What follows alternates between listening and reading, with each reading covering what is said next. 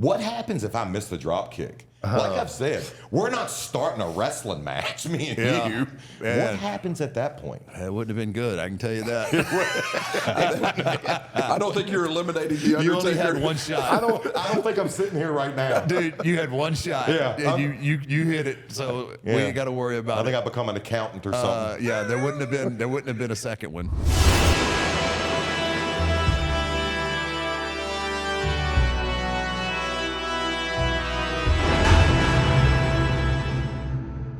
Hey, I kid you not. You have been by far the most requested guest. I mean, I find that hard. I find that hard to believe. no, man. What you're doing with your content, brother, is resonating like crazy. And Matt scans through the comments looking for people putting him over. Which never happens. It doesn't happen. So, but he ends up counting he's like, dang man, everybody wants Maven on the deal, and Well, the same on our channel. it's so one, thank you for being here. We will probably pick your brain and steal all your stuff. Steal all your ideas. My guy's right over there. We're going to Okay. steal all Have the at it. ideas. Have at it. Okay, Yeah. we may kidnap one of you. Trust me, his brain's better to pick than mine. Oh well, hey, CTE is real.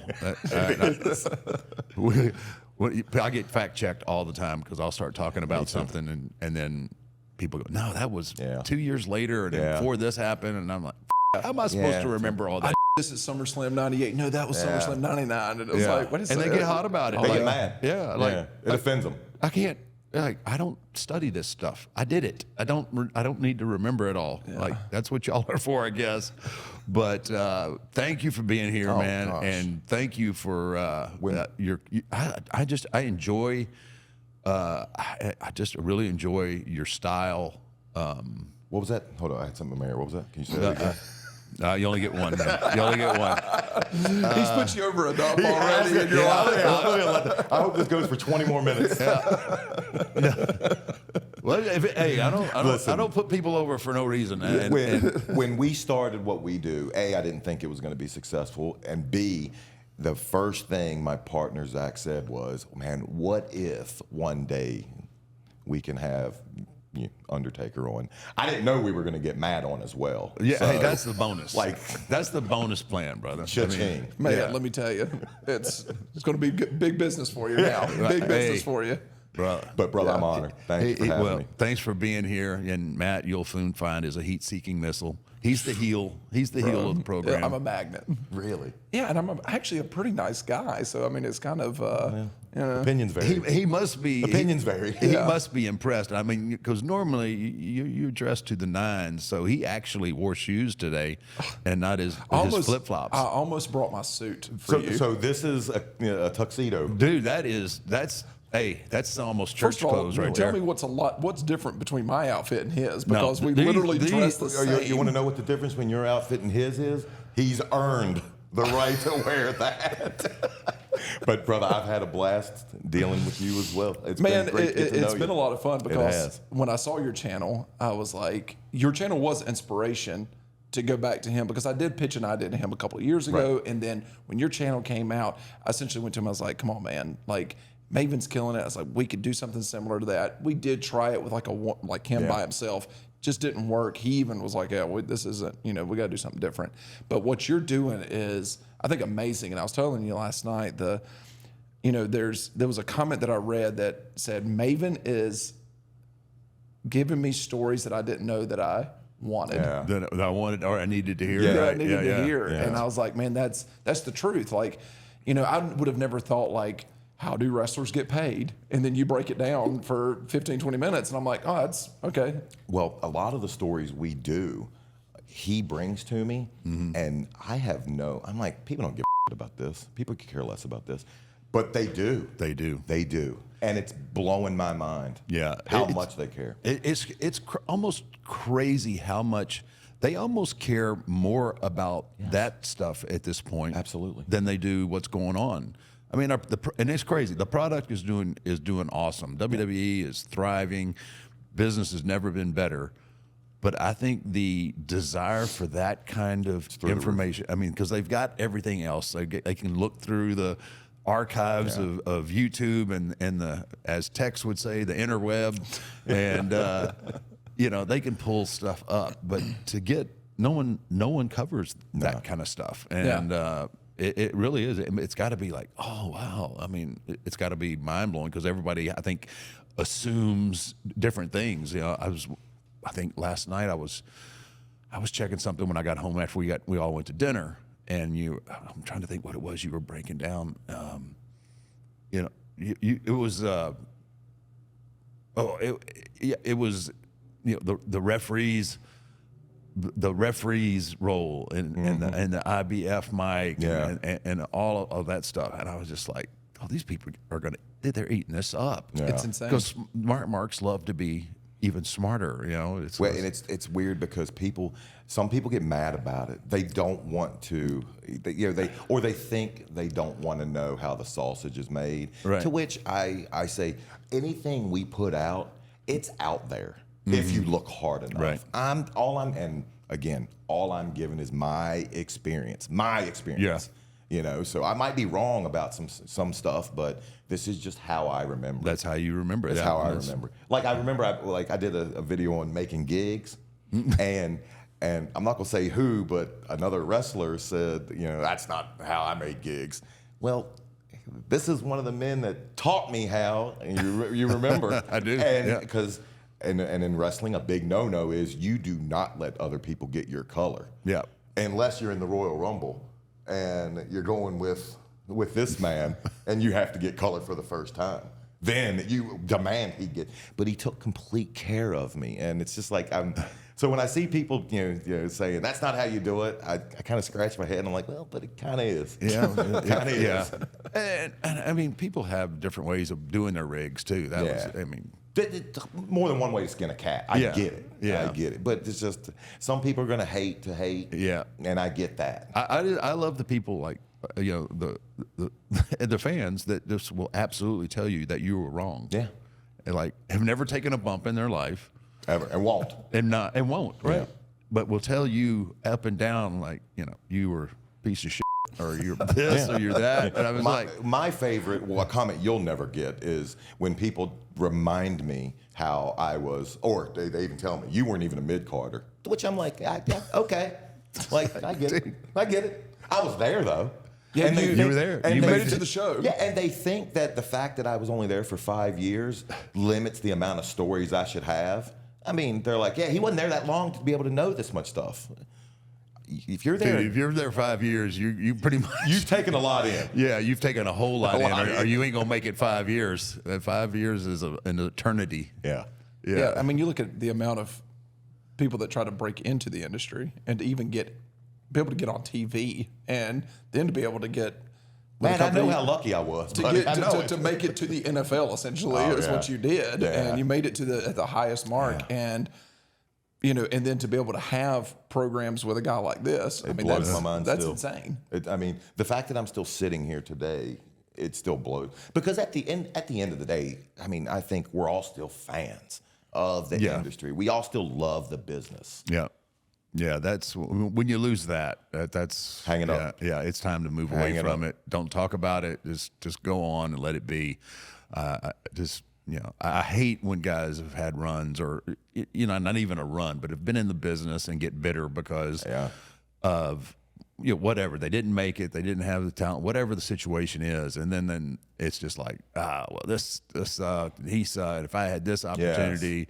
And it's just like, man, come on. Just not everybody makes the NFL. Not everybody ever makes Major League Baseball. If you're lucky enough to have any kind of run at all, you know, just be appreciative of it. Be appreciative of it. I think what's crazy is the guys that did wrestle in WWE and did have a 5+ year run or whatever. Those guys that are bitter, I'm going, man, like you get to live the dream that I used to do, like in my bedroom with my brother. Like that was. Do you know how many indie workers that never even get that opportunity? I think the bitterness comes mostly when people don't accept the fact that their mom lied to them. There's nothing special. about you. If you want something, you got to go out and you got to do it. You got to get it. That's awesome. Maven said, and that's our first happy dad moment of the day. Oh, fuck it. That's why we bring on the big guest right there. I do got to ask you one question because I've always wanted it, and then it's hard for me to relinquish the question asking, but I'm going to do it after this one question. Okay. I've wondered this. I've said it. If I've been lying on my channel, you're the man that's going to tell me. I've said for years, because it's been my, it's how I remember it. Mm. You were the one. It was your idea for the elimination for the yes. Yeah. Shane's the one that told me. So I've always said that it was Shane and your idea. Son of a. That's so. So this is 2 days in a row of Shane McMahon's name being brought up. Wow. So. No, so I remember it clearly. So I got there and found out, okay, because I was American Badass at that time, and they were trying to change me heel. They were trying to turn me heel, which was like pissing up a rope. I was at that point where people weren't going to really buy it. No. So I was like, okay, what are we doing? And it wasn't, back then it wasn't really like it is now, where it's planned out. Everything was. It was like the day of, and I said, all right, what's my plan? What's the plan for me? Mm-hmm. We're gonna give you a lot of some eliminations, and then such and such is gonna eliminate you. I'm like, okay. Hold on. So who was the original person that was going to eliminate you? It was just somebody on the card. Yeah, it was somebody else, and I was like, "What do y'all think about this?" And I said, "No one sees this coming. Nobody." I said, "What if I'm cleaning house, doing boom, boom, boom?" And I said, "The kid comes in and drop kicks me in the back, whatever, and he eliminates me." And everybody's looking at me like, "Yeah, are you?" Are you crazy? Serious? Are you crazy? Yeah. And not even are you crazy, because it was a great idea, but they're like, you're volunteering to get eliminated by somebody that's it's on the comeuppance, right? He's trying to come up, and I'm like, how awesome will that be? And then once he eliminates me, now, as trying to become a heel, he's got that on his resume. And now I can be that heel, because he just the one person that should never have eliminated me, and now he's got to pay the piper. Yep. And everybody's just like, they were shocked. The fact I never knew it came up. I didn't know that it was an idea day of. Oh yeah. But do you remember what happened when I got to the arena? Because they flew me, because they literally, Les Thatcher told me, go to the airport. You're going to Atlanta. I had no. I thought, okay, they're gonna have the tough enough kid in the Rumble, ceremonially come out, whoop over the top rope. It would be. I thought that's all it would be.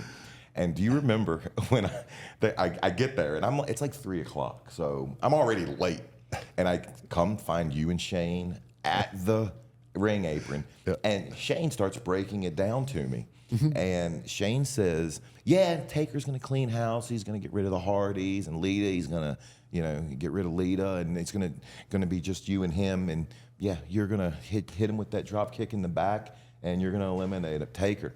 And you, deadpan, looked down at me and went, "Can I cuss on here?" Yeah. Oh, absolutely. You went, "What the f?" And I'm not kidding. I went back to being a child, and my father getting ready to tell me to go in the garage as he's taking his belt off. I was terrified. And I'm like, I'm literally in my mind, I'm thinking Shane's telling you this for the first time. Well, I had a hell of a career.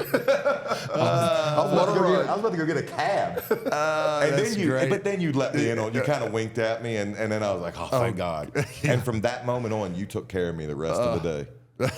The rest of the day. I had to have some fun, because at that point in your career, you can't expect that. Like, I was in pajamas. I was wearing pajamas. He can't expect like. How long had you been wrestling at that point? That was my fourth match. I had wrestled Taz 3 times. I wrestled Booker once on SmackDown, and that was my 4th televised match. Yeah, 4th. Okay, Now, here's the crazy question, and I've brought it up on my channel. What happens if I miss the drop kick? Like I've said, we're not starting a wrestling match, me and you. Man. What happens at that point? It wouldn't have been good. I can tell you that. I don't think you're eliminating the Undertaker. You only had one shot. I don't think I'm sitting here right now. Dude, you had one shot. Yeah. And you hit it, so we ain't got to worry about I think it. I've become an accountant or something. Yeah, there wouldn't have been a second one. I mean, it was perfect. It was absolutely perfect in the way we drew it up. So thank goodness for that. Yeah, I appreciate you giving me the we, but we know it was you. It No, wasn't man, we. no. You had to put the drop kick on there, man. But no, he eliminates you, and of course, you're surprised.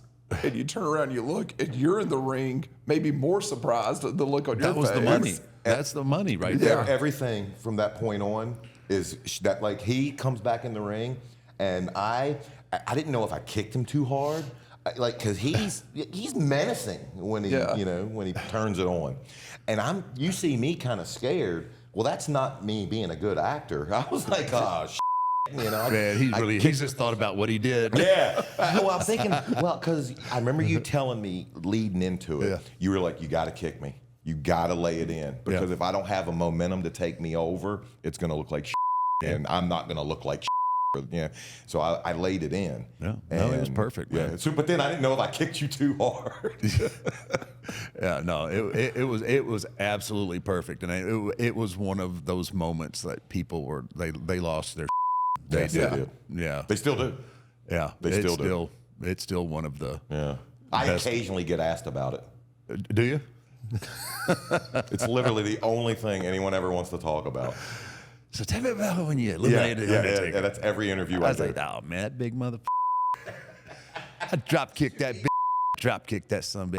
Saw it coming. Man. Too easy. I was telling him, I had an idea. Taker, tell me if you're okay with this.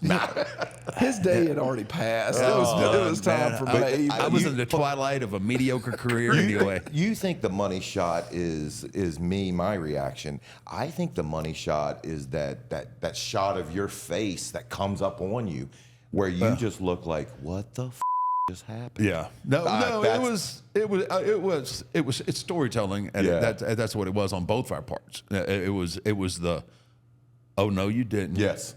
And then on your part, oh no, I didn't.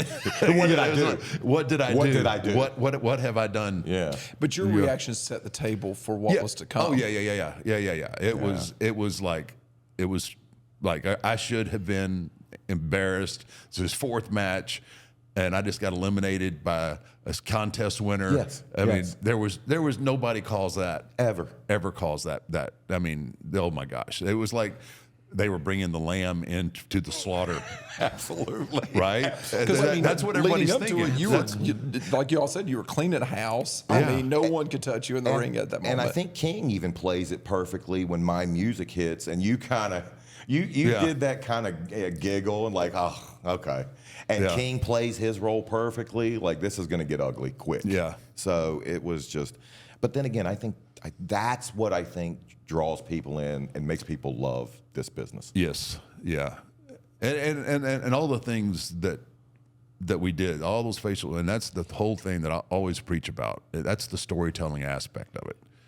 It is being able to know the expression to put on your face, the know how to react to being eliminated by some rookie. I mean, I could have deadpanned or whatever it could have been, but this is like that's the they're reading, and they feel it. They feel that, and if it's done correctly. Absolutely. And I'm really proud of that works so well. I love the fact of now knowing that it was your idea. I'm going to call Shane, man. Moving forward, I will correct myself whenever I get asked about it. When the Uber guy asked me about it on the way home. Yeah, it's like, it was taking. Hey, are you that guy that eliminated? Yeah. But then to be able to like not only have that be our, again, I thought we're going to have this one night and then it's going to be back to Cincinnati. But we actually worked together a few times after that. I had a little bit of a vendetta at that point, right? Yeah, you're pissed. Yes. But like you said, you got to turn heel. Yeah. And I mean, you got this at the time kid coming up that is very much built to be a baby face. And Thank you. I think it was a perfect situation for you to do that. Just so happened that, I mean, it really, you want to talk about a rub, There's no, I can't name another wrestler who's got a better rub. Yeah. Ever. And I was watching where you win the hardcore championship. Yeah. I mean, you beat the Undertaker with the help Of The Rock, yeah. but with the help from The Rock. Yeah. Okay. That's a mic drop. You just walk out and you go, I'm good. Yeah. Like- If you would have told me that would be a year prior, I would have laughed in your face. Yeah, sure. Whatever. The Rock's going to come help Yeah, me beat the Undertaker. But it was such good storytelling because still, at that point, I'm not beating him on my own. I'm not even beating him with the assistance of Al Snow. Yeah. No offense to Al, but Al's not to that level. It needed to be, psychology-wise, someone to protect you. Someone like The Rock come down. And I thought it was great storytelling. And I don't know if you remember, but after Rock hits you and I'm doing my crawl, you're telling me in the ring, you're all right, slower. Slow down. You're guiding me to make it perfect. Because to me, I wanted, just to go over and I'm getting that win. I'm getting that win. But it's the struggle. Yeah. It's the struggle. Yeah. Yeah. You talked about the struggle. Just slow down a little bit. And that's the thing I guess after being in the business so long, whenever anybody asks me to watch their matches, that's what I tell them all. Slow down, let things digest. Yeah, and that's the one issue right now is like everybody. They're so athletic. So athletic. And they want to do everything in their bag, and everything is just like, wow. Within 30 seconds. Yeah. Yeah. And what they're doing is incredible. I mean, it's like video game stuff. I say it all the time. It's like video game stuff I couldn't even imagine doing physically. But if they would take a breath or two, Let it just digest. let it resonate, let it sit there for a second. We talk a lot about Gunther, and he's kind of a throwback to that. Yep. And lets things kind of. Yes. He doesn't do anything fancy, but man, he beats the crap out of people. Believe him. You believe You him. believe him, yeah, absolutely. And that's the key. If you don't believe in somebody, that was for a long time during with Brock's run, his last run, he was different than everybody else because he's picking people up and it makes sense. Yes. Okay. Yeah. He picked him up. He belly to backed him. Yeah. And then he picked him up and did it again. So people, and no pace, no like real fast. I mean, some people they tend to work fast. Yeah. But I just think everybody, if they learn to just take a breath and let it settle, let the people. Yep. Oh man, but they want to. And I got 10 minutes. I got 12 moves. I'm gonna I got get to my I got to get my get my in. and But you talk about athleticism. I mean, like I think of like Ricochet. He does stuff I wouldn't try in a swimming pool, dude, like unbelievable. I don't know how you like it makes it look effortless. And yes, and I don't know how he comes up with. I mean, how do you?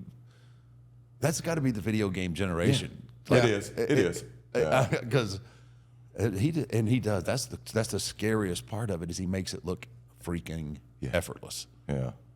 I was just like, holy! I'm like, oh. I know it's cringe. You almost want to this is not going to be good. Oh, he just landed on his feet. That's really impressive. Yeah. Was there anybody back when, during, I mean, your 30-year career especially, that you wrestled against or was there at WWE where you went, you think about it today, if they were in today's product, could they do the same things like a Ricochet can do? So, Yes. Did you take my advice? Take your advice. Yeah. On what? The thing.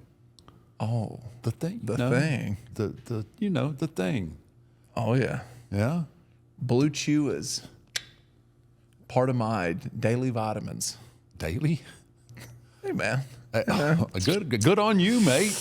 It's just it's one of those things, So the flag, is it full mast. Oh, it's part of my supplement regiment at this point. What else are you taking? Flintstone vitamins and Blue Chew. That's essentially it.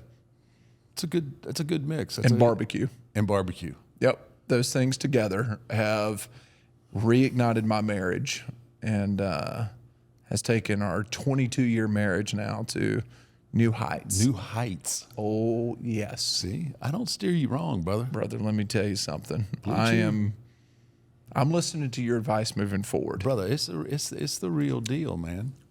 Oh, yeah. It's like steroids for your wiener. But legal. Hey, man, I'm taking my Blue Chew and saying my prayers, if you know what I mean. I see what you did there, right? Yeah. Oh, yeah. Come on, hit me with one. Oh, Let me tell you something, brother. let me tell you something, brother. When you get the Blue Chew in you, You just chew it and do it. just chew it and do it. See? Oh, yeah. Easy, but easy now. Take your Blue Chew and say your prayers. Yeah, like good man. Well, you're married. You don't have to say your prayers. Like you, hopefully, yeah. It's chew it and do Hopefully, it. I don't have to take any other medication after this. No, man. But no, Blue Chew is an absolutely great product, and it's something that if you just want a little boost in the bedroom, I'm telling you, steroids for the wiener. I like. Can I say that? I think that should be the new Blue Chew slogan. Steroids For your wiener. makes it hard, and vascular, and that's too much. That might have been too much. Is Blue Chew considered a performance enhancing drug? I would think so. I would think it is. But is it? But it's not. I don't think it's banned on the USADA. it drug shouldn't be. No, It should right? be encouraged to It should be take. encouraged, right? Relieve some stress, bring some happiness to some folks. That's exactly what you want. See, it's multiple. It serves multiple purposes. Absolutely. Why don't you tell our people a little bit more about Blue Chew and how they can get some at a discount? Oh, the discount. That's the key part. Chew it and do it. Blue Chew is a unique online service that delivers the same active ingredients as Viagra, Cialis, and Levitra, but in chewable tablets. It's just easier. It is. It's just easy. You just put it in there, you chew it, you do it. I'm just saying. Chewable tablets at a fraction of the cost. You can take them any day, anytime, or night. So you can plan ahead. You want to have date night. You know how to finish it off with the dessert. You know what I'm saying? You I can like plan it with ahead breakfast. or be ready whenever the opportunity arises. The process is simple. You sign up at bluechew.com. You consult with one of the online licensed medical providers. This is no gimmick. This is the real deal. This isn't gas station boner No, pills. absolutely. But, and once you're approved, you'll receive your prescription within days. And the best part, it's all done online, brother. Discreet. So no visits to the doctor's office, no awkward conversations, no waiting in a line at a pharmacy. Blue Chew's tablets are made in the USA, very important to us, and prepared and shipped direct to your door in a discreet package. Just like mine. Just very discreet. Blue Chew wants to help you have better sex. Yes. We all want it. We all want it. We all want it. Bad sex is for the birds. It is overrated. Discover your options at bluechew.com. Here we go, baby. Chew it And do it. And we've got a special deal for our listeners. Try Blue Chew free when you use our promo code 6feet at checkout. Just pay $5 shipping. That's bluechew.com, promo code 6feet to receive your first month free. Best price ever. Free is good. That's a damn good price. Great price. Visit bluechew.com for more details and important safety information. And we thank Blue Chew for sponsoring 6 Feet Under, the podcast, the end all podcast. Was there a guy that was very Ahead of their athletic? time? But yeah, they were ahead of their time. But maybe if they were in today's product, they could see what Ricochet's doing and go, man, I can do that. I don't know to Ricochet's level. to level. I mean, Sean was kind of ahead of his time. Sean was, I mean, he was really athletic and did a lot of, his cells were, and that was the thing too. He used a lot of his athletic ability in his cell, which his face told the story. Yeah, his face told the story, and then he would bounce around and, but I don't, man, Ricochet's on, man, he's something else. Well, when I was there, I just remember like a Billy Gunn, and Billy is big Billy's a big dude. Yeah. Like shake his hand and like he make you feel like a child. It's like shaking a brick. Yeah, Oh, I know. and he'll pull you in. Yeah. And hey Billy, and but people don't realize as big as he is, Billy's athletic. Yeah, as he's hell. agile. He Yeah. is athletic as hell. I don't think he's going to be doing 450s or Yeah. nothing like that. But I think it was just a different style of work. The same way as if you go back and you watch the guys from the 80s. Every generation's a every little generation advances. In some They way. evolve. Yeah. They become more athletic. They become, it's nutso right now. He and I were talking the other night on the Patreon channel about with Good the plug. Yeah. Go over to Patreon. But anyway, we were talking about Undertaker in today's era. How would he protect the character and all that stuff? And it kind of evolved to, I think it would be kind of cool to have a character like the Undertaker that all the wrestlers have social media. They're all they're all posting their vignettes and everything else on their social media, which is great for their brand.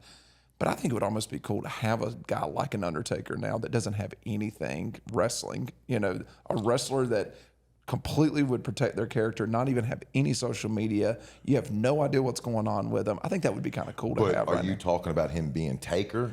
No. In I'm the just saying, car or Mark? I'm talking about like an Undertaker-esque type of person Gotcha. that doesn't have any social media, that's working today. I think it would be really neat. Yeah. Like Throwback. you show up, Yeah, you throwback. don't know if they're in the arena or not. You Right. don't know what they're doing. All you see is what you see in the ring. I think that's really. It would be you sold cool. me on but it would be a super concerted effort to Yes. be able to do it.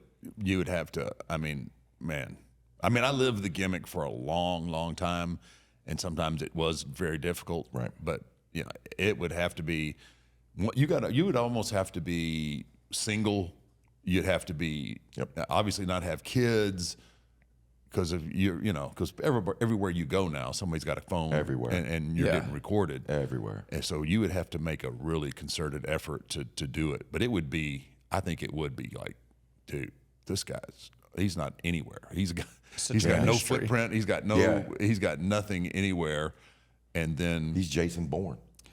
That or like even, God rest his soul, like a Bray Wyatt would be really good in a character like that. Oh, yeah. That type of where it's just this mystery of who this person is. They only show up at Raw or SmackDown or whatever, and you never see them anywhere else when it comes to a social media platform. Nothing. I just think that would be really different. That it would set them apart from today's product. The tough thing would be to find that person that's okay with it. Yep. Social media to me is a chore. Like I'm not a fan. Preach, brother. Like I have the Instagram to funnel people to the YouTube that he runs. Like if he goes away, that's the end of that. I don't even know how to get on there to do anything with a video. we need to commiserate, then, brother. Y'all are long lost. Like, Dude, if we you got guys more in hire common. him and fire me, it was a good run I had. Hey, I am a caveman. Me too. Oh, and I like it. I don't mind it. I don't mind it at all. I don't think it's his fault too. Like I got social media. But I also say, if let's say all the Twitters and everything was in our era, I probably would have embraced it. Would you have embraced it? I don't know because I still fight. I struggle with it every day. He'd have been fired in 5 years. You can't think about it today. Oh, yeah. No, I see now, what you're saying. I don't do it now. If I had the same mindset I had back in the day, but social media was I don't think I have it. I don't either. I don't You'd be the first person canceled, probably. Oh, easily. Yes.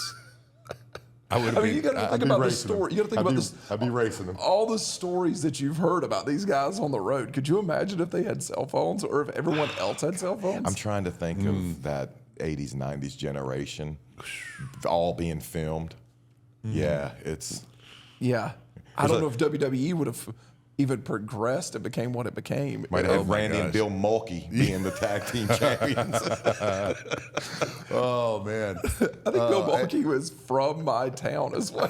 To be honest. I think he's from like the upstate South you Carolina. mentioned Mulkey before. You Oh man, yeah. The Mulkey brothers. Yeah, the Mulkey Mulkey brothers. brothers, They were man. tag team Absolutely. champions. They're in the South Carolina blonde Sports Hall of hair, Fame. singlets. Yeah, The Mulkeys. they're the. I believe they're in the South Carolina Sports Hall of Fame. But no, I just think that.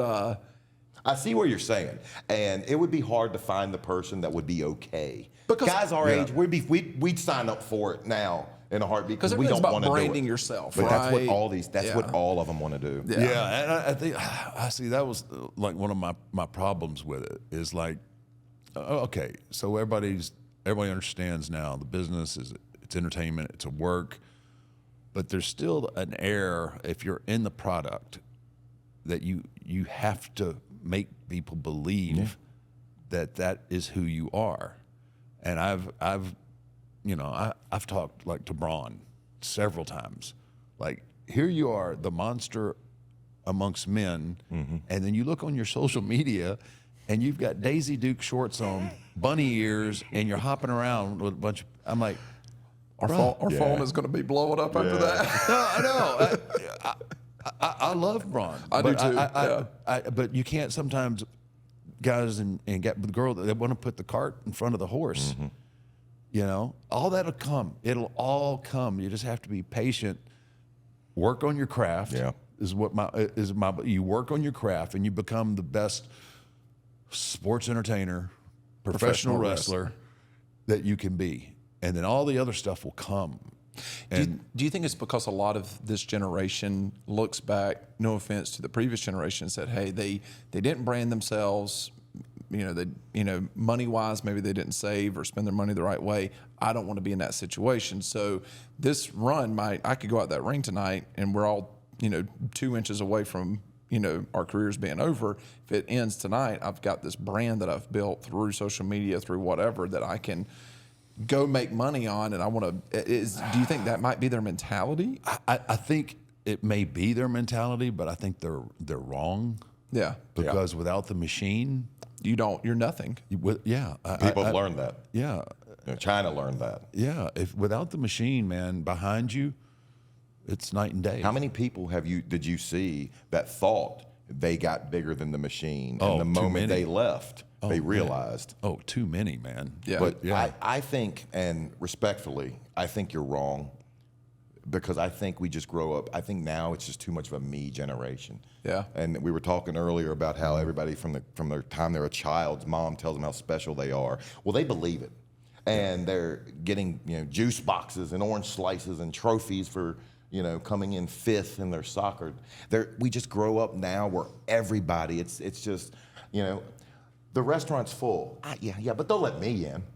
They're gonna let me in. Yeah. There's a the lot movie to that. theater's packed out, but it's me, and that's just how people see the world now. Yeah. So of course it'd be tough to tell somebody you can't do that. Yeah. And that's just I don't know. Yeah, it's. I wouldn't mind the world without social media.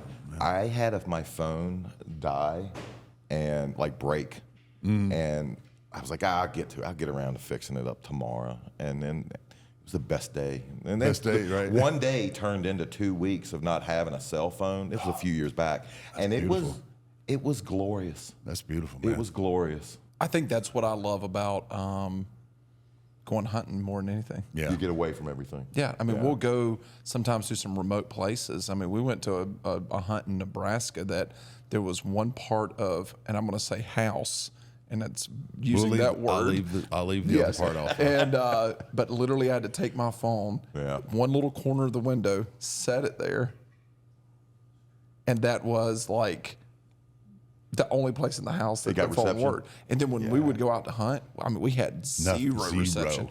I mean, because typically you may go to a deer blind and we'll be like in a little group text with whoever we're, hey, are you seeing anything? Have you seen any movement? Whatever, a couple of times while you're out there. But that trip like there was nothing. And I really enjoyed that. I really enjoyed putting that phone away and being able to have that break. I think it's good mentally. But it would be interesting to see a character be able to just be very mysterious. It's a great idea. It'd just be tough to find the person that's okay with being different. And you're telling them 100% of what you do or get is going to be company driven. Yeah, that would be very difficult to find somebody with that kind of commitment. Yeah. But God, it would be so because, like you good. say, they're going to have to see the long term. Yeah. You got to see you're going to have to see the big picture. Right. You're going to have to put the money in the bank and then watch it grow, kind of deal. Yes. Yeah. But I think we really need to talk about something that I think you owe an apology. Well, now what? Real quick, hey, give me some first form here. I need some energy for this because this is going to be you tough. might get your ass kicked there in a minute. I don't know what you're up to. The apology to me or to you? He's probably going to use you to get me to apologize to him for something. So I'm going to need some energy to run out of this room, maybe. Well, I ain't chasing you. No. So this apology is brought to you by First Form, Maven. I think. Wait. What? I don't know what I'm toasted to. So I don't know if you know or not, but Undertaker can be a little stiff. You dog. He can be a little stiff. All right. Okay. And, I know where we're going. All right. I know. The Undertaker's first this is good too. televised match. He almost ended Koko B. Ware's career. With a pretty. I saw that. That was a great. That was a great story. Tombstone. Now, what I'm worried about is CTE more than anything, right? Yeah. And I feel like what he did to you with those chair shots. Yeah. Can somebody answer that phone? Okay, go.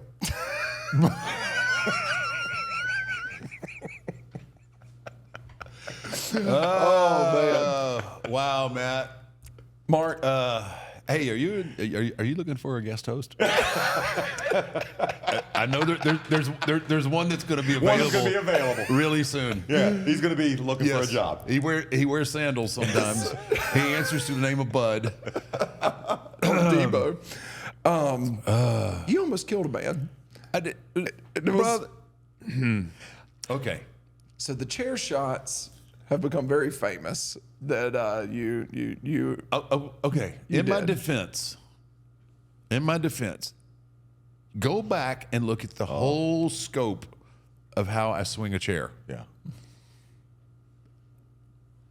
I hit everybody the same. There was no malice. There was no I'm going to try and hurt the greenhorn. If you look at all my chair shots, when we could hit. Now granted, at the time, we did not know about business. We did not know about CTE, and I came up in a generation where that's how you swung a chair. Yeah. And I have been accused, and I'm getting a little bit hot about it. At you. Yeah, because you feed them. At you, sandal boy. You know what? The chair. I've been accused of smashing Canyon. I've been accused of smashing Canyon with a chair because he was gay. Oh God! I didn't even know he was gay. Yeah. I didn't even know until years later. And did you care when you did find out? No, Of course I could care less. Of course Yeah. I mean, but there's people out there that have created that rumor. Well, Undertaker smashed him. Undertaker swung a chair the way Undertaker swung a chair. I didn't expect anything. I didn't. If I swung a chair at somebody the way I swung it, I'd expect the same one back. Yeah. Watch me and Triple H. He beat the crap out of me with this. That's just the way I learned how to swing a chair. Brody hit me with a chair in my first match that I thought broke my spine. That's just the way I came up. Yeah. Obviously, knowing now, knowing now what we do about head injuries, Right. Yeah. it's a different deal. I would say, okay, make sure that you get your hands up, and that's always been an option too. Is You didn't tell me make sure you keep your hands down. That was all me. I just knew I wasn't going to be the guy that puts my hand up on the first chair shot I took. You took amazing care of me. He walked me through everything that I would be involved in that night, and backstage told me, this chair shot, brother, I'm gonna have to bring it, but I'm gonna hit you flush. I'm gonna hit you square, and I know they're outlawed and they're out of the business now, and for the better. Yeah. But as long as you hit someone right here in the crown, and this is not this ain't gonna be popular take, but it's safe. It's as safe as you can do it. Yeah. He didn't hit me in the back of the head. He didn't. It sounded a whole lot worse. Because I hit him than in the middle, right in the middle of the chair, where it's the most flexible. I thought it was a great chair It shot, to be was. honest with you. It's got millions of views across the internet. I love it. Obviously, people are talking about it, and I got heat, but You have no heat over here. It raised my toughness level. Yeah. People are like, God, man, Maven can take a chair shot. Yeah. So yeah, he took it like a champ, man. So. Yeah, there are the I Quit match between Rock with- and Mankind. Mankind. Yeah. I mean, Mick, gosh Almighty, Rocky brought him. and Rock brought him.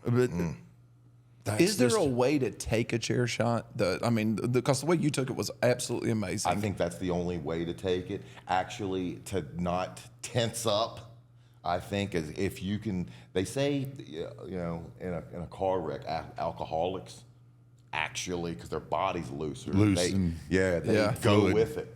I think if you just go with it, it's the best way to take. That chair shot didn't hurt, and I've said it. It stung the way if you kick your toe on the. It is metal. it is metal. It's going to hurt. Yeah, but it's when you stub your toe on your bed. Yeah. I don't care who you are. For 10 seconds, that's the worst pain on earth. Oh, yeah, you can absolutely. hack my arm off. It's not gonna hurt worse than that is for 10 seconds. For 10 seconds, it stung, and then it went away. So Yeah. thanks for trying to stir up. Thank you for not having heat. That's the difference in somebody who's, Do you have a chair professional. lying around? You can show them. I would love to show him. I would love to show him. The other chair shot that is pretty famous that you took from Undertaker was the one on the neck. the throat. Yeah, on the throat. And Was that the one where I slammed you down on it? Yes. That's why he talks so beautifully now. Fix I my gave him larynx. those golden pipes because I crushed his Fix larynx. my larynx. And because that's a little bit different of a chair shot than you typically would see or something like that. I mean, to me, I look at that and I go, man, that is Cool bump. It's almost, I feel like it's more dangerous to do that than it would be to take one on the head. Just in case. Who controls that whole bump? Me. Really? And he showed it to me beforehand. I don't know why we don't see that more. Yeah. Because that's the easiest bump. We were going over it ahead of time, and he told me, he's like, I'm going to grab you by the back. I'm going to take the chair. I'm going to put it to your chest. At that point, grab it on both ends. And then as he's pulling me back, it's all on me to go down. It looks devastating because he doesn't even slam me down on it. It looks devastating. You told me, you were like, now when you hit, toss it, and that'll just sell it. And it didn't even come close to my throat. It's the easiest bump. I don't know why people don't do it now. It looks devastating. It does. And it's really safe. So I don't know if you remember this, but Kurt Hennig comes up to me after that, and we were in Richmond Coliseum, and he finds me. He's in his street clothes, got his fanny pack on, and he's like, Maven. He's like, man, you need to protect Taker. If I was you, I'd go out and I'd find a neck brace and wear it. And that's the reaction, because I came to you and I was like, take like a kid asking for an extension on their homework. I was like, Taker, I'll do it if you think I should wear. And you did that exact reaction. You giggled just like that, and you went, you're all right, kid. Yeah. Kurt was bad, man. He was bad. But listen, if you would have had a little bit of Mr. Fuji or a little bit of Paul Ware in you, I would have been running to CVS. Getting a neck brace. And I would have been walking around. You've been in here with a neck He brace could have had on. me in a neck brace for a month. I don't rib. I don't want to be ribbed. That's it. He could have been like, you know what? One more week with the neck brace, and I think you can take it off. And I'd have been like, you got it. So, anyway, would you like to apologize to me now? No. I was not accusing you of. No, necessarily- there was a tone of accusing. I was just saying that, a word? you know, maybe. Accusatorial. I think it was accusatorial tone there. Do you think Thank so? you. Well, I apologize. You know, now that we've heard from the victim. I mean, you led in the conversation with an apology. Yeah, there was very. I Man, felt like apologies maybe warranted. one was. Yeah. I mean, after watching it, I was like, man, you know. See, that's why we're professionals and you're a mark. This is a prime example. This is exactly This what is exactly. I guess you're right about that. Yeah, it's I could see that. So I'm Professional. sorry. I'm sorry. You know, I apologize for accusing you of. The apology came from where he didn't expect himself. Right? He didn't foresee that. He didn't see It's that. funny. He didn't It's see that funny coming. how the Yeah, funny how things funny come how full that circle. works out, right? Now the Koko thing, that's still debatable. If we could only get the shot from the other side, I We think can I see would. how much you protected it. how much I protected him. How much do you think his head missed the mat by? 0 inches.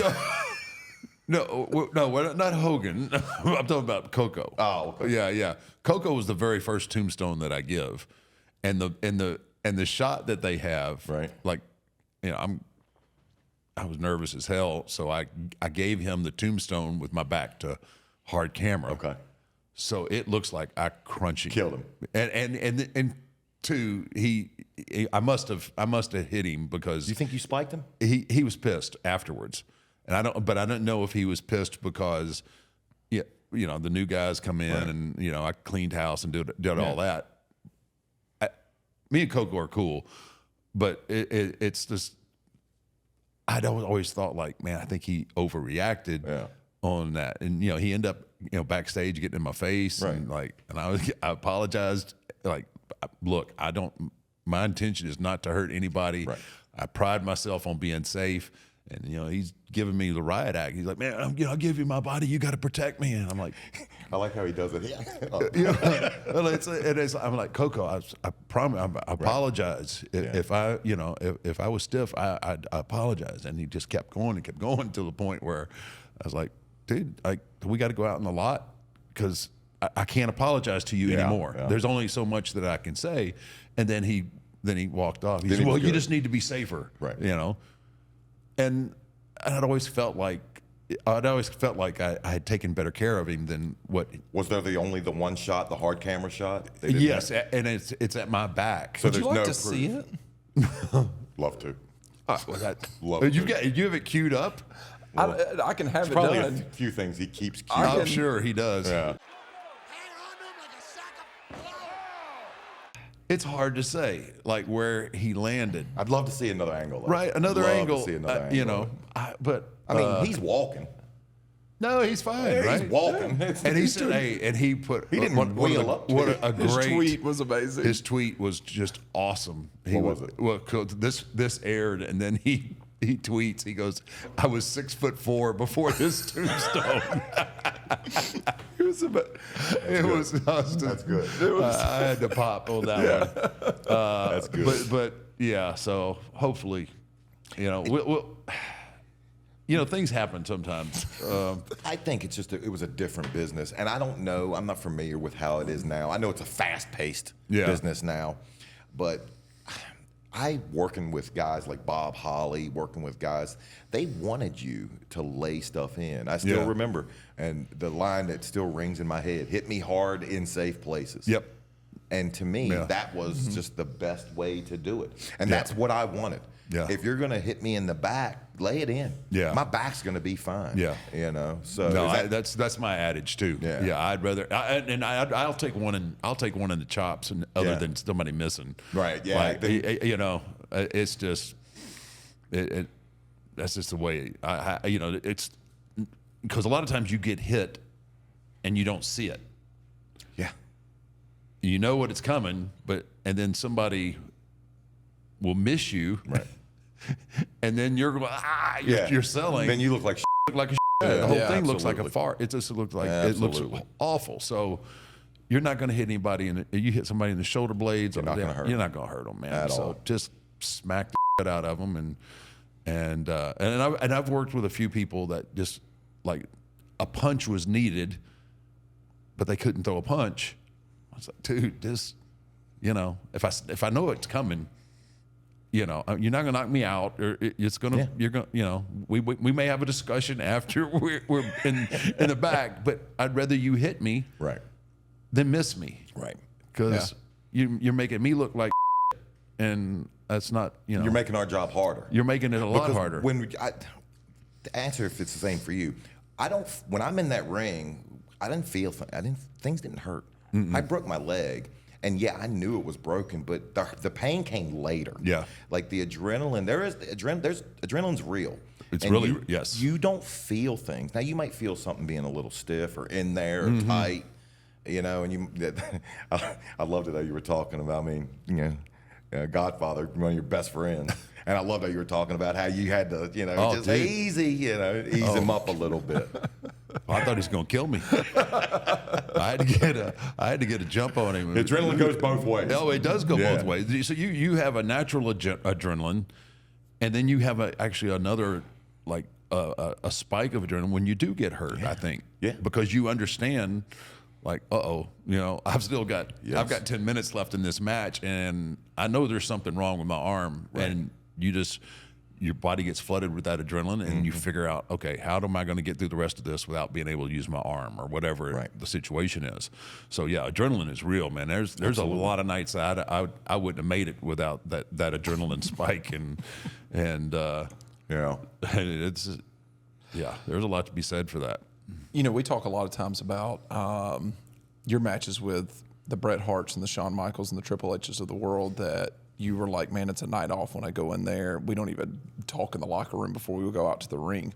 When you wrestle someone with Maven, who was just coming up, that may have, you know, a dozen matches under his Night his off. belt. Yeah, it's a night off. No. What is that planning process Yeah, like there versus? I actually want to know this too. Yeah, versus like going into the ring with a Bret Hart. So if I'm working with someone that's green, the first thing I have to try to do is make them feel comfortable. Yeah. Because I was around for so long that so many people watched me. I can't believe I'm going to say this. They watched me when they were like still kids, and now here they are, walking that aisle, and they're looking at the guy that they watched on TV. Yeah. And believe me, the asshole is puckered, right? I mean, you couldn't have drove a nail up there with a sledgehammer. But trying to backstage, like, don't worry about a thing. I got this. Just listen, and just whatever I say, just kind of react. And we're not going to do, just trying to reassure them that everything's going to be cool. It's all going to work out fine. But just trying to get people to relax was the biggest thing. Because when I'm telling you, and I've heard so many people say it, when those lights go out and the dong starts and the smoke, it's just like, I've had people in the... It's hard to not be a fan. It's hard not to be a fan, and then it's also hard not to be intimidated. It is.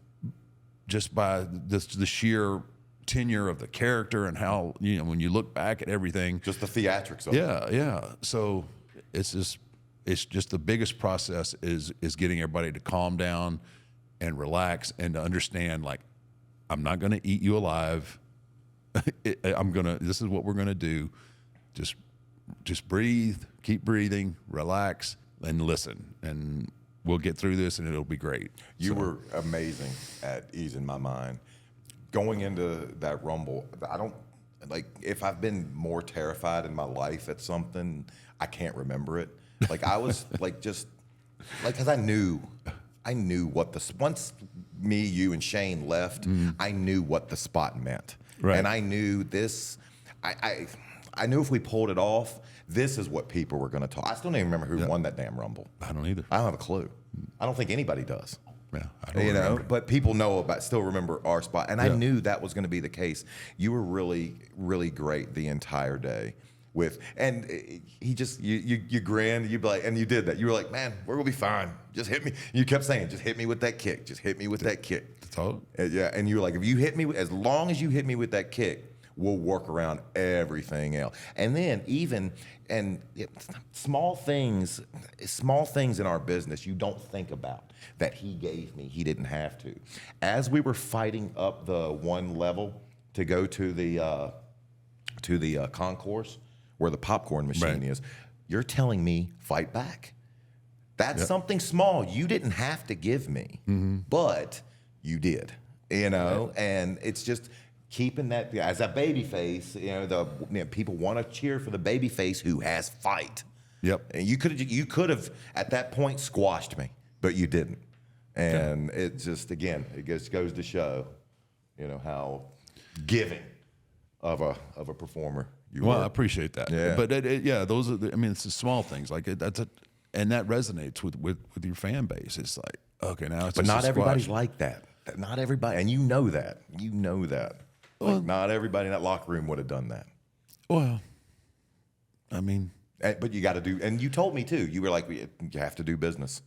We have to do business, and I thank you.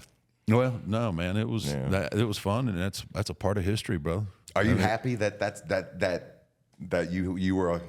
Because I don't know if people bring it up to you. They bring it up to me literally every day. Yeah, no, it gets asked quite a bit, and like, what was going through your mind when Maven drop kicked you out of that? And I was like, he hit me. He did it. No, he didn't miss. Oh, no, that's Thank good. God. God almighty. But yeah, that's, you have to understand. Some people they get too caught up in protecting their own selves. But if you're not actively trying to grow the business and the product, I was not going to win the Rumble that night. It wasn't my night, but I got to do something for somebody, and I got to create a moment that, like you said, nobody even remembers who won that Rumble. I don't have a clue. But that moment spun into something where I think you even saw, it's a lot of guys maybe want to protect themselves, and I'm not going to do this for guys 4 matches or whatever. I'm not going to do that for him. But I think you saw, okay, this is the perfect opportunity for my character as well. I mean, and it's not. This is a great moment for me to go. It was a win-win. It was. And it's like it's gonna help put him over, but it's also gonna help my character as well. And I think sometimes they forget that part. Well, and the genius of it is, there was nothing that was going to hurt you. Nothing. Like I said, it's not like we were starting a match and I'm hitting you with a finish in 1, 2, 3. Yeah. Nothing was going to hurt you that night. So He caught me. That was simple. He caught me. Do you remember backstage knowing that color was going to be got, and I'm allergic to aspirin, and he told me, he's like, yeah, take some aspirin, you can get your color. I'm like, I can't, I'm allergic. He's like, I got you. And out, you remember? Out bottles of came whiskey. A couple airplanes, bottles of Jack. Out come the whiskey. I said, well, there's another way to thin your blood out. We'll go to plan B on this. I got no problem with that. Yeah. And so, technically, I was far from drunk, but I was probably feeling right where I needed to be. He took the edge off. It did take the edge off. It took the edge It off. definitely did. You're trying to get these guys to relax, That's right? all That's I'm what trying to do, brother. Whatever it It takes. worked. Whatever it takes. Sometimes It worked perfectly. Going back to that though, real quick, is that something to where maybe you, when you go into a match like that with somebody that might be newer, do you ever look at like some of their other matches leading into it and see what they do in the ring? Oh yeah. To tell them what they're not going to do with me. Yeah, I don't take that. Yeah, that brain buster thing you do. No, we're not going to do that. today. No. That other thing, the flip. No, we're cutting that out. I don't even know what that you is. have to. You have to scout because you want to, because there's certain things that you're not used to taking, and you have to look at it and figure out how you're going to do it. And then with my size too, if I'm going to try and do it, I need to have a understanding of what it is. One, what we're trying to accomplish when we do it, and two, the mechanics of how to do it. Well, it's got to look believable. Yeah. Kane picking you up looks believable. Yeah. Someone my size, not so much. Yeah. So yeah, and I think that's one of my problems with the business today is there's too many people that are slinging bigger people around that it's just like, okay, I get it. I don't believe it. Yeah, I don't believe it. Yeah. Like we understand it's a work, but I want you to make me to try and believe it. Yeah. And that was always my goal. My goal, even with my over-the-top character, I wanted somebody. Like, I know you're not going to get everybody, but I want somebody in the audience to think, Taker just knocked the shit out of him. Yeah. That was real. I don't care whatever everything else. That right there was real. And it not be real. It would be, it would be a working punch that stops right there on their nose. Yep. And that was always my goal, is like to have that, like, they tell it everything is a work, but I'm pretty sure that's, and one of the things I really took a lot of pride in when I would work with, especially with smaller guys, because I would always make them work my legs, because it makes sense, right? You're going to chop them down. Yeah, bring them down to your size. I would have such a sense of pride when I come back to the dressing room, and the boys would ask me, "Are you okay?" All right. Yeah. And I'm like, "What are you talking about?" He's like, "You're limping." You're like, "I'm freaking selling." But when I would decide if that was what I was going to do, if I was going to let somebody work my leg, then right then I've already decided that my comeback has changed. Right. Because I had a very high energy moving, I'm turnbuckling and I'm clotheslining and I'm hitting snake eyes. All of that has to change. So you have to be willing to make your story make sense and make all the work that they've done on your leg make sense. You've got to be able to, I've got to figure out a different way to make my comeback, and because of the damage done to my leg. And there's a lot of people aren't willing to do that. Yeah. They have one still way. got to get their They got to get their comeback in. Yeah.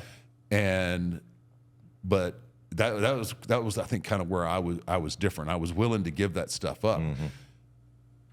Old school and stuff like that. It got to a point where they've seen this for years, so I turned it into a high spot to cut me off. Where guys would arm drag me off the top rope, and people would just look at me like, why would you do that? I'm like, they've seen me do this for 20 years. Yeah. It is not. No one's got the scouting report. What's like? Hey, maybe if I grab his arm and fall backwards, I can pull him off, and I can change the momentum of this match. But that's the way that I tried to approach things, and but it is fun. You do need to have a good understanding of what your opponents, especially his signature stuff. Yeah. Now, for you going into a match with a guy like the Undertaker, what's that like for you to be able to? I mean, going to him pre-match to have a conversation. I mean, are you like, holy crap, are you nervous? What's your mindset? Nothing prepared me more than my childhood. I had a father that was very, very strict, who, when he was talking, my mouth was shut. And if it was open, he was shutting it. Right. So I learned very early, use these, not this. And so when I got into a situation, I was just all ears. Whatever you want to do, I'm good with. We will figure it out. I'm putting in your hands. Yeah. And you're very disarming quick. You're just like, I don't know. I hope you probably don't. You're a nice guy. Like, you're a damn nice guy. Told you. You've ruined his gimmick. Ruined it. You've ruined the childhood of everyone out there you now. You can cut that in post. He's a nice guy. But you completely disarmed me the moment we got backstage, and I probably bugged the shit out of you. That whole day. And I think afterwards, I probably went up to you 1,000 times to where you were probably. I was like, "You okay? You okay? Was everything okay?" Yeah. You're probably like, "But man, it was good. No, I'm good. I'm happy with it." No, you were very appreciative and very respectful. I know. I do remember that, and Yeah. that's what you want to see. Like, What's in my head right now is you're sitting at a table playing cards like early in the day, and you're sitting in your locker room like, Pacing. Yeah. and you're just walking up I to have a him piece like, of paper with one word: drop kick. yeah, drop kick, drop kick, drop kick. Okay. keep my hands on the chair. But talking about today's business, do you? And again, like I'll go to these smaller matches, and people will ask me, what's the one thing you can tell me that may? And I tell everybody, learn how to call things in the ring. It frees you up so much. Yep. Can you see? It doesn't look like. And I know on TV, I know a TV product. TV wrestling's different. Yeah. Than house show or anything. So I get it. You have a time limit you have to hit, but like they're calling everything. Yeah. And when you learn to call things in the ring, how much it frees you up, you don't realize Yeah. it. After I got released, my first run on doing the indies, I did a couple months with Billy Gunn, and he refused to talk to me back. He's like, man, we'll figure it out. Yeah. And that opened my eyes to how much fun you can have. Yeah, so when we started doing Raw, that's where everything started to change. Okay. Before then, you'd maybe talk to somebody like, "Hey, man, I'm going to do that one thing where I do this and I do that," Right. but you wouldn't sit down and go, "Okay, collar Lock and up, yeah. collar and elbow, grab a headlock, shoot me off, tackle, drop down, get." It very seldom Because does that's where it anybody. is now. It is. They have that way. the number of clotheslines, Yeah, or whatever. Figured out. and I think it does go back to being TV and pay-per-views and have it hit cues, and they just want. But it's still. I think even today, like if I was on tour in Europe, and it's a non-televised deal, when we were just talking about this. Yeah. Man, I would change when I was still working full time, and I would go on tour overseas. We would change every night. Like the guys would come in, hey, same. I'm like, no. We're going to do something different tonight. Yeah. And they're like, wow, come on, but it just prepares you because you never know. Like, again, in the course of a match, you may have it all laid out, and then someone gets hurt. Yeah. Not hurt bad enough that you have to stop it, but hurt enough that you have to make changes in what you're going to do. So if you've got all this stuff laid out, what happens? You have to be able to think on your feet and be able to, okay, all right, he's got a hurt arm. All right, I'm gonna have to do this. I'm gonna have to do this. We're gonna have to change this. So it's I think it's a vital part. And crowds are just different. And they are different. They react to different things. Yes, they do. And I think if they would kind of work on that part of the art of the business, I think the storytelling obviously gets better. I do too. Because I do too. I tell people this, and Matt's probably heard it ad nauseum now, but wrestling, for me, wrestling was never about the wrestling moves. Wrestling is about telling a story. Yep. And we use wrestling moves To do that. to tell the story. But for me, it was the stuff that happened in the transitions, the facial expressions, the somebody in a double cell that's close enough for me to touch, but I'm not really able to punch them. Just shoving somebody away from me. Yep. Those are little things that aren't big things, but people pick up on it. Like, dude, people register. They don't know what it is, but they know there's a difference. And it helps propel the story. Absolutely. And I mean that's kind of the art of what it is that that professional wrestling is at its core. Yeah. And there is kind of I think a tendency now to just A, B, C, D, E, F, G, and I mean I can't about it too much because business is awesome. Business is great. They're making more money than ever. They're selling out every arena. So, Exactly. So they're doing something right. There's an evolution, right? Every generation is different. In the 80s and even into the early 90s, there's a lot. I remember working in Tennessee, in Nashville for Lawler and Jarrett. Like the heels were dressed on one side of the building, baby faces were on the other. Just separate entrances. Yeah, separate entrances, and then Randy Hale would come in and look at you and either give you this or give you that, Yeah. and then you just figured it out in the ring. With the sign up that said "personal issues, draw money." Yeah, exactly. So that you're going over, that you're putting somebody over, and you just go out and just ad lib it, and man, that's how you learn. Don't you think it's more fun? Oh my gosh, that way? It's so much more fun. So much more, because I hated, especially at the end, because everything, everybody I was working with was kind of like they wanted it all mapped out. But man, when you can be just sit back and be creative, and it's like I hate having to think. Okay, this the drop kick. This is a drop kick. What comes after that? The arm drag, and then we got to do this. So you lose so much fluidity and creativity. For me, You lose spontaneity. Yeah. I remember because I don't think I learned how to wrestle psychology-wise until after my release. I was a timed wrestler my entire run in the WWE. Every match I had had a time on it. And the very first night I was going out there, and again, I probably pestered Billy. I was like, Billy, what are we doing? And he's like, bro, we'll be fine. He's like, you know how to lock up? I'm like, yeah. He's like, we're good. We're good. He's like, and right before we went out, he was like, cut a promo, get them to hate you. So I did that. And then he comes out, and it was probably 6 minutes before we touched. And when we finally did, we locked up, and he says, man, I'm only taking 2 bumps. And and a light bulb went off immediately. And I was like, this is how it's supposed to be. It's supposed to be. Yeah. I guess again, evolution. I get the time. Yeah, I get that. Yeah. I get that there's that you have a match and there's a Bennigan's commercial coming up that they have to get to. Right. I understand that, and they're going to go to commercial if they have to. Yeah. So you want to know, when you to gotta start know, your comeback, and I get all that, but there's something lost in the spontaneity. Yeah. That's just the art. It's just the art of the thing. But hey, it is what it is.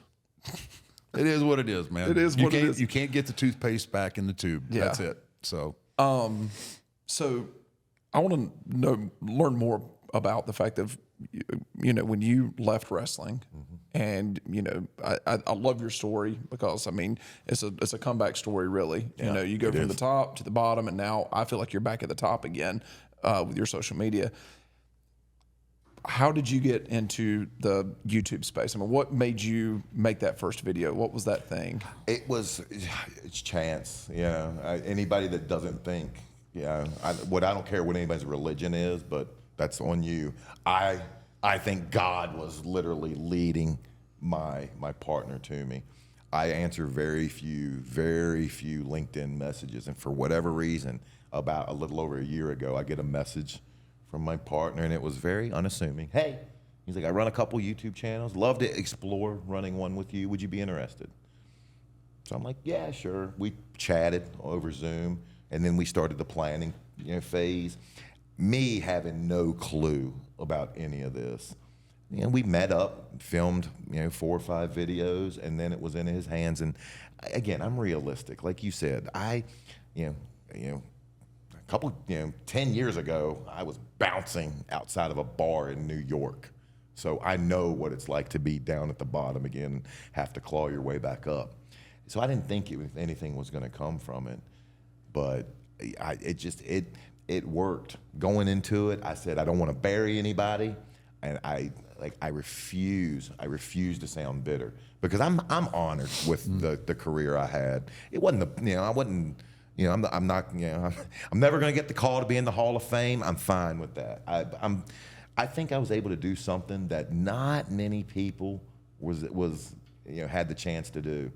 And if a lot of people had the opportunity to do Tough Enough, they would have taken it. absolutely. Absolutely. So they can say whatever they want. Yeah, they want a contest. They'd have done it too. And I thought we had just an opportunity to tell stories from my perspective. Like I said, I'm not going to tell, I'm not going to go and tell any of Taker's stories. You know, if it's not, doesn't have anything to do with me. But they're mostly lies anyway. Yeah, well, all mine are too. But it's been fun, and it's been fun seeing the growth. And what I love most about the YouTube space is just we're not fighting for. I tell everybody this: we're not fighting for a time slot. We can all win. Like Oh, yeah, the fact that I am doing good, I can say, hey, go check out Stevie Richards' channel. Go check out Undertaker's 6 Feet Under. Go check out Renee Dupree, because your videos. I've had people tell, I watched Taker's video, it led me to your video, and vice versa. Right. And I just love that we can still give each other a little bit of a rub and have fun at the same time. Absolutely. Yeah. Were you nervous at all when you started when you started this channel? Of the one thing that Taker is big on is kayfabe, right. And he doesn't want to reveal everything with the business. He does. Were you worried about that a little bit, because you pull back the curtain? I don't think you're pulling back the curtain on anything that you shouldn't pull the curtain back on. But were you nervous about that at all? Nervous? No. I'm 47. If somebody's mad at me, get in line. Like, okay, I don't care.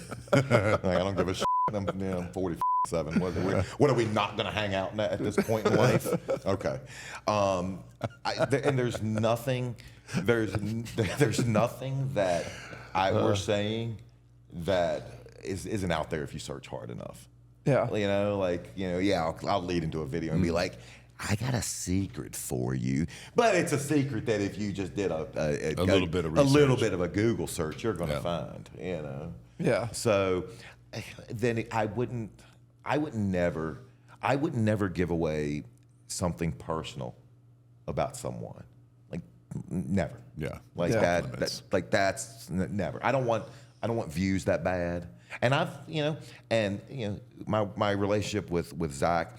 There's been times he's brought stuff up, and I'm just like, I'm not comfortable with talking about that, either because I'm just not the guy to tell that story, or I just don't think I can relay what that story it deserves as good as a Taker, a Sean, Austin, or somebody.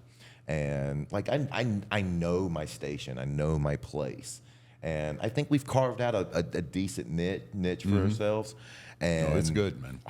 We try to do. Here's what we try to do. We try to do things that just make people say, "Man, they went the extra mile." Like that's the one thing that I pick up from you. It is some of the stuff that you talk about, and is like, I think, brain scratchers for people. Like, holy shit, I didn't realize that they were on the road that long, and they had to get their own rental cars and the hotels. You want to hear this video we got coming up this Friday? It's going to sound, again, it's going to be an idea that to me was like, when he brought it to me, I was like, why the would anybody want to know this? And you're probably going to think the same thing. What's in a wrestling bag? What do we travel with in a wrestling bag? That's gonna be good. But again, it depends on who the wrestler is, right? Yeah, my mind's rolling right now. I'm like, what era was this? I can tell you, we PG'd it. Okay, we PG'd it. All right, I'm good. But tell who's me, wrestling bag? Would you think that would be interesting? Would you think people would care about that? Yeah, no, yeah. From watching your other content, without knowing how you do your show, I would like, no. Yeah, who would care? But no, now that I've seen what you do, they're going to be dying to know what's in a bag. And they're going to leave the comments, oh my God, I always wondered. Yeah. No, that's great. And the same thing you just said, though, was the same thing he said the first time I ever brought up, man, you should do a channel and tell some story stuff. And he goes, nobody wants to care. Nobody cares about that stuff. And I was like, I think they do. Yeah, they do. I think they do. They do. And the older I've gotten, the less of what happens in the ring. Like, I care less about what happens in the ring as much. You know what I'm saying? Like, I love hearing the stories. I love hearing about, when I was a kid, I loved watching, Papa Shango scared the crap out of me. And he's one of the greatest nicest guys in the world to be around. Guys. And then you hear about all the crazy stories that them two had together. And it's like, man, I love that. I don't necessarily need to know the X's and O's of what Papa Shango did in the ring per se. Now, there's some funny stories that, we got to hear last night a little bit about things that did happen in the ring that, You know, they're great, but that it's were not good the next, for that table. Yes. But it was like the X's and O's part. I'm not as interested. You know what I'm saying? I'm more interested in how you prepare for a match against maybe a newer guy coming up versus a Bret Hart. I'm interested in that. But, or how do you do that spot in the ring? Like, man, I can't believe you were able to do that without getting injured or whatever. How does that happen? But I think that a lot of people want that, and you're delivering that, I think, now. Thank you. And I think all you got to do is just look at I think I started following you at, like, you were about 40, 50,000 subscribers. So you've been for the ride. Yeah. And then all of a sudden now, I mean, you're over 400,000 subscribers on you know YouTube. what's funny is people like, they're like, Maven, you bought views. I wouldn't even know how the hell you do that. What does that mean? You can actually buy. Like, I guess you can like buy bots or whatever to follow you. And they think, Why are we doing that? I know he's beating us right now. We got Dude, break out the checkbook. listen, hey, there's enough money for that. Like, I don't give it's. Where's we're Abe? all- Hey, If you think about it, Booker's beating us all. He's got over 700,000. Yeah. You know, but it's great that all of us, can continue to deliver. Especially because you mentioned it. He's talked about it. Like, there's so much negativity about So pro much. wrestling already. So much. And So many people are so bitter. Yes. And I it think pisses it's me such off. a great sport, and it's something that as a kid, man, it allowed me to, kind of separate a lot of bad or whatever in my life too, to be able to sit down with my dad and watch the great Ric Flair boy, here we go. win 16 championships, and I loved that, right? And to get scared to death by Papa Shango and all those people, right? Like, I loved that, right? And there's so much positivity, and I think that's what I love about your channel is it's positive. Yeah. And it's informative though. It's educational as well. It's weird. I didn't realize I had like as much knowledge as I had until he started leading me, and he'll lead me during the videos. I mean, a 20-minute video we make we'll film it for 3 hours. Jeez. And I mean, a lot of stuff hits the cutting room floor, but it's him telling me what he knows people want to know. Right. And then I'm just trying to figure out a way to present the information. I also love that we've been able to like have a charity, a donation aspect to it. I mean, I did a video on Test and donated, all the sponsor money and then all the AdSense money to Cauliflower Alley. Awesome. And I just love that we've been able to be good. Like you said, man, there's enough bitter. And I don't get it. Like, why be bitter? You had a job, you have a job that at any given time, 60 men in the world have. Right. That's pretty damn cool. Yep.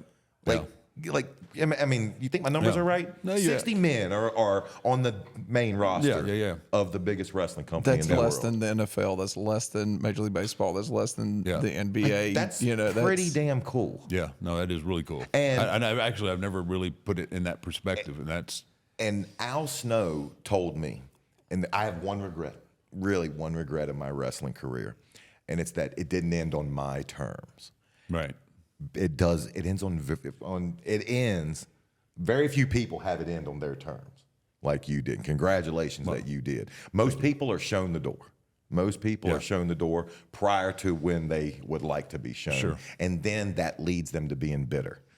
Man, I'm happy I was there. I'm happy I was there. Yeah. You know, I'm a country boy from the hills of Virginia with a southern drawl. I can't believe I made it that far. working on Wall Street now, That's or down in the financial district. more of a mascot. I'm more of a mascot. They wheel me around in like meetings just to. We have a wrestler working here. I put a nice suit on. This is the guy that beat the Undertaker. This is it right here. This is the one that beat. I shake a hand, then they start asking financial questions, and I get a call. I got to take this. So what's next for you? What do you think? How do you see your channel progressing? Well, ours is going to get deleted. That's our next progression. That's my goal. That's it. Cancellation. I have to be realistic. Eventually, I'm going to run out of story. There's but so many ways I can, explain stuff during my career. So I hope it transitions more to this type, you To know, guess and I'm not the guy that's going to be sitting down with people for an hour. So we're trying to figure out like we sat down with Devon a few weeks ago, and we had him break down his the mass transit incident. So I think it's going to be more along the lines of something like that, finding our niche, in that. But I think you could do this, and I mean the way that. I mean, you've got the personality and everything else to be able to sit down with people in a heartbeat, and you've built enough of a brand now that I think you could get just about anybody you want on your channel as well. I know last night you were like, "Oh, I'm not Undertaker," and then I'm like, "No, I think you've built enough of a brand to where you could do this." Yeah, I know how gravity works. What goes up will come down.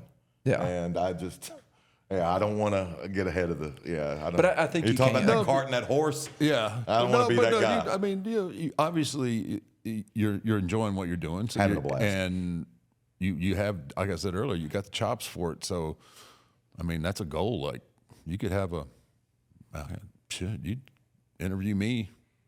I mean, I'd be boring as hell, but we're gonna. Well, I'm gonna put you to the test. All right. Well, there you go. For the right amount of money, you could buy 6 feet under. You can already have a platform. You know what? Matt is surprised that I show up each week. Every day I walk through that door, he's shocked. He's like, he showed up again. Yeah, he still wants to do this. Well, you know what I want to do it, but you know what I don't want to be. I don't want to be one of those people that have a channel or doing something that it looks like it's a chore for them. Like and what do you mean? You know, we said that we say this almost. Yeah, I resemble that remark. Weekly or monthly to each other is like, at the very beginning of this, we said if money ever becomes a subject between me and him, we shut it down. Yeah, that's the day we shut it down. Yeah, and then the second thing is the day that we, especially for him, like the day that he goes, I don't want to do this anymore. Yeah, shut it down, which that happens frequently. So he works hourly. He goes over to the gym, gets a workout in, and goes, well, and he feels a little better. I guess I maybe need to do it at least one more episode. We've already committed Maven to coming, so I guess we got to do it at least. So it's like, see, that's the thing. I got to book guests. Like I got to book 6 months out. You got to book. I was like, hey Matt, hey, why don't you call them guys, man? Say, hey, come on into town. We'll go to dinner, but we're not going to do the show. Well, I'm glad I came before you cut the power. Well, to the building. And the last thing is, how was last night? Last night was a blast. And is that something y'all miss more than anything? For me, absolutely. I was going to say, athletes always say, they miss Sundays, they miss the games, but most of all, they miss the locker room, the camaraderie. Absolutely. That was the best last night. Yeah. I can't tell you how long it's been since I had that many of the boys around me. You're a hell of a storyteller too. Oh, yeah, we can't tell those stories. So, but it was definitely one of those moments where I was looking around, going, "No phones, no phones." Like Matt knows. Anytime I start talking or I start taking pictures, Matt is on full patrol. Yeah. Yes, I start looking around and going, "Okay, no phones. All right, we're good." Well, I left that restaurant thinking you have spent some money in there for them to stay open as late as we had those poor guys in there. Yeah, I actually, most of the time, I've been in there a few times, but I normally like order and then have it delivered because I don't ever go anywhere. But me too. I'm such a homebody. Yeah, I hate going out. I hate people. And he loves to go out. I hate people. Yeah. I hate being around them. I like going to restaurants. That's what I like going. That's what I like to do. You're more in your element when you're around everybody and just. I tell everybody I suck at this. If this was at a restaurant like last night, I can tell the greatest stories in the world sitting at a restaurant. I'm assuming you're going to agree with this. You know what the best plans are? Canceled ones. Yes. Anytime my girl comes up to y'all me. How did we not stay in touch over these years, man? You two are because we live it. Y'all are the same person. My girl came up to me. And he hunts. Oh yeah. She won't let me hang my deer heads on the wall. She refuses. She's a Jersey girl. No way I'm having dead deer heads on the wall. That's pretty good. That's good. But she came up to me 2 weeks ago, and because we have a couple spas that she runs, and one of her parties got canceled, and she told me, and I was just like, there is a God. Like, thank you. Thank you. Thank you. Yeah. Wow, man. Yeah. So last night I think was fun, and I could see it on your face. I could see it on your. I mean, it's those moments are definitely special, and I can imagine that's the part that you probably miss more than anything. It's just the I mean, matches and matches and matches and matches, but yeah, it's the camaraderie for me. Surprisingly, I even missed the road. Yeah, I missed the grind. Going from town to town. Yeah, just you get into when you're in that mode, it's hard to go home. Yeah, because everything slows down. Yeah. Well, Like, and that's the home's a real world. Yes. Once you leave there, we're in make believe. We're in King Friday's land of make believe. I compare it because I was in the military. I compare it to the military because guys will go overseas, and especially the special forces, they're over there. They'll go over there. They'll come home for like a month or two, and then they go back. And they want to go back. And when they come home, it's all of a sudden they go from kicking in doors, running, gunning to coming home, and the wife looks at him and goes, "All right, you got to take the kid to soccer. You got to go pick up groceries. And all Lawn stuff." needs cut. Yeah, and the guy's like, "Huh? What? What do you mean?" And it's hard. That's a very Trim the hedges. yes. And mom is, the wife is sitting there like, I've been doing this for the last several months. I want to go to the spa and get my nails done and just be by myself. You need to do all this stuff. And you're like, I don't know how to change diapers. Yeah. And it makes it tough. I walk my dogs, and it literally just puts me in a zone, and then I'm just like, I can be around by myself, away from everybody, and be just fine. But then I have nights like last night, and it reinvigorates me. Yeah. And I'm like, I miss this. Yeah. Yeah. It's hard for me, like when I'm at home, because Michelle absolutely refuses to like put her flashlight on, like when I'm coming to bed, when I play the music. She won't do it. Oh, hold on. Whoa. What? You haven't done 2 bedrooms yet? Oh, you're probably still in love. Well, you haven't done 2 bedrooms yet? That's the best thing we ever did. 2 bedrooms. Absolutely. She sleeps with the dogs, and she has her own room. Because she goes to bed at like 10, and I start stretching at 10. Oh, Lord. And then I have my separate room, and she can't sleep with the TV on. I can only sleep with the TV on. There's only one reason to be in the same bed together. Yeah. Cuddle, right? Yeah. And Right after you take some Blue Chew. Is this the Blue Chew ad? swerve. Oh, nice. ad read. Nice segue. Nice There's only segue. one But reason. Michelle's going to be mad that I even put that into your Oh, mind. no, I think Michelle would No, completely she be would okay love with it. it. Oh, Yeah. she would love it. But Yeah. I mean, It was the best idea ever. It was. I mean, I just want a little bit of the glory days, and Yeah. have flashlights out when I make my entrance. She won't do it. She won't put me over. No, she won't put me over at all. The, It'd be so firefly, easy to the play your music. fireflies for the little firefly. Yeah.